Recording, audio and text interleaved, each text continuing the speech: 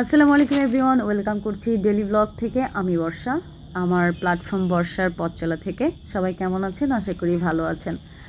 আসলে সৎপথে কষ্ট করে যাচ্ছি সাফল্যের আশায়।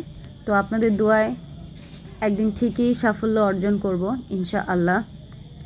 মহান রব ততটুকুই মানুষকে দেন কষ্ট যতটুকু সে সইতে পারবে।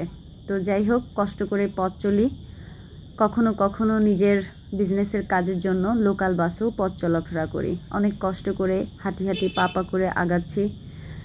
কখনো কখনো লোকাল বাসেও চলাফেরা করছি, কারণ লোকাল বাসে চলাফেরা করাটা কতটা কষ্টের সেটা যে করেছে সেই জানে।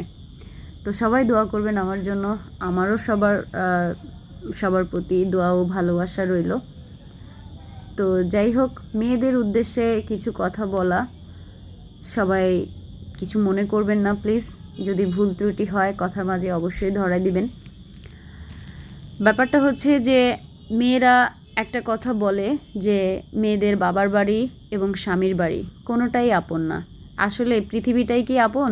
একদিন তো ঠিকই সব কিছুর মায়া ত্যাগ করে আমাদের চলে যেতে হবে, বিদায় নিতে হবে। যেহেতু আমরা মানুষ, আমাদেরকে মৃত্যুর স্বাদ গ্রহণ করতেই হবে। কোনো কিছু জীবনে চিরস্থায়ী না, সব কিছু একদিন শেষ হয়ে যায়, সব কিছু একদিন থেমে যায়। তো যাই হোক, এজন্যই আমি বলবো, যতদিন মেয়েরা আছেন পৃথিবীর বুকে, সময় থাকতে যে যেই কাজ পারেন সেই কাজের উপরেই আমি মনে করব একটা না একটা কিছু করা উচিত। মেয়েরা যদি একটা আর্ন অ্যাটলিস্ট করে, নিজেরা স্বাবলম্বী হয়, তাহলে দেখবেন হাতে কিছু টাকা পয়সা আসবে এবং যখন যেটা মন চাবে আপনি সেটা করতে পারবেন। নিজের একটা ব্যক্তি স্বাধীনতা থাকবে।